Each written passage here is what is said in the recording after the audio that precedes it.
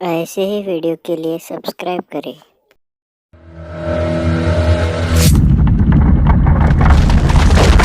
पक्षी को घोंसले की नींव बनाते देखा है।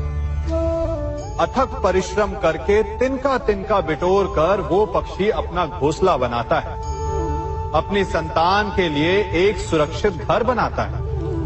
और फिर कहीं से तीव्र आंधी आती है, भारी वर्षा होती है और उसका घोंसला तिनका तिनका करके बिखर जाता है। फिर वो पक्षी क्या करता है?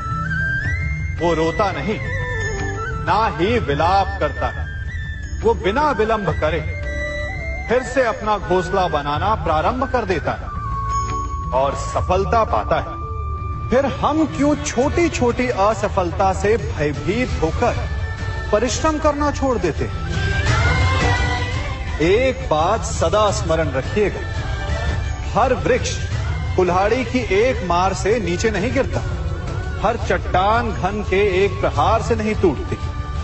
सफलता पाने के लिए अनावरत परिश्रम करना ही मात्र एक मार्ग है। स्वीकारण, सत्य का स्वीकारण मनुष्य के लिए बहुत ही महत्वपूर्ण है। जब तक मनुष्य सत्य को स्वीकार नहीं करता, उसे असत्य से लड़ने की शक्ति प्राप्त नहीं होती। जब आप भोजन करते हैं तो क्या होता है?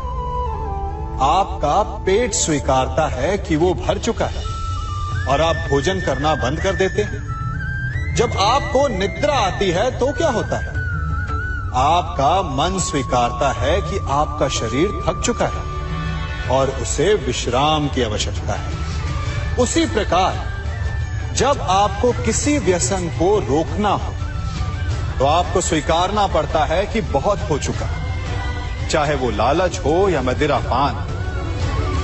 उस व्यसन का त्यागना तभी प्रारंभ होता है जब आप ये स्वीकार कर लेते हैं कि आप उस व्यसन के बंधक हैं। हम में से ऐसा कोई नहीं जिनकी परछाई उनसे दूर रहती। हमारी परछाई सदैव हमारे साथ रहती है। कदाचित हमारी परछाई हमारे कर्मों के फलों का संकेत है। कदाचित इसी कारण कई बार हमें अपनी परछाई से भय भी लगता है, परंतु इस भय से निवारण पाने का एक साधन अवश्य है। वो है सूर्य की ओर मुख करना या किसी प्रकाश के स्रोत की ओर मुख करना, क्योंकि तब हमें हमारी परछाई दिखाई नहीं देती।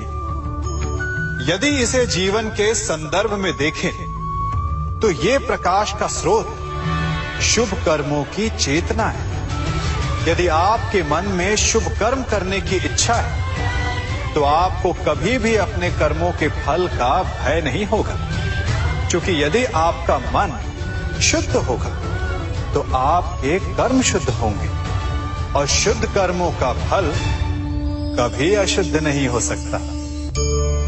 आज मैं आप सबको एक कथा सुनाता हूं। एक दिन प्रातः एक व्यापारी अपने घर से निकला। घर से निकलते ही एक बिल्ली ने उस व्यापारी का मार्ग काट दी। व्यापारी घबरा गया। वो फिर से घर लौट गया और शुभ घड़ी की प्रतीक्षा करने लगा। और जब वो पुनः अपने घर से निकला तब वो वाहन जा चुका था जिससे राजा तक पहुंचकर उसे भेंट देनी थी।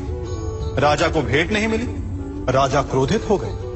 राजा ने उस व्यापारी का व्यापार बंद करवा दिया। इस कारण व्यापारी क्रोधित होकर घर पर अपनी पत्नी से लड़ बैठा।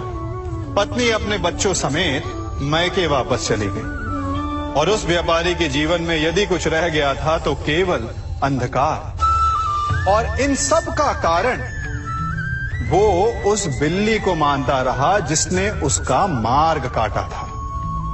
ऐसा ही एक दूसरा व्यापारी राजा को भेंट देने निकला और उस व्यापारी का मार्ग भी एक बिल्ली ने काट दिया। वो व्यापारी तनिक घबराया, परंतु उसने आगे बढ़ना अधिक उचित समझा। राजा तक वो समय पर पहुंचा। उसने राजा को भेंट दी। राजा प्रसन्न हुए और राजा ने व्यापारी को अपना व्यापार बढ़ाने की अनुमति दी, स्वर्ण आभूषण दी।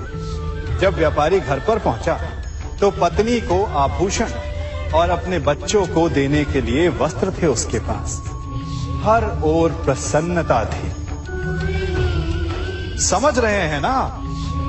दोनों के साथ एक ही प्रकार की घटना हुई, परंतु दोनों की प्रतिक्रिया भिन्न थी।